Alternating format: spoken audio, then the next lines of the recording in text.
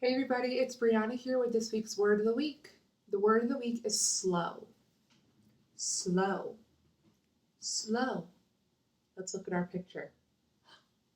It's a snail in that picture, and it's moving so slowly.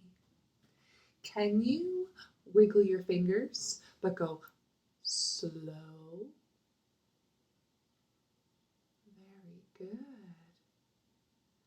Now, can you shake your shoulders but shake them slow?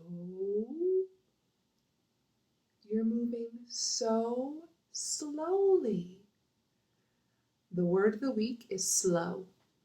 Slow. Thanks, everybody. Make sure you check out our PDF for this week's word of the week so that you can work the word slow into your week with different activities. I hope you have a great week. Bye.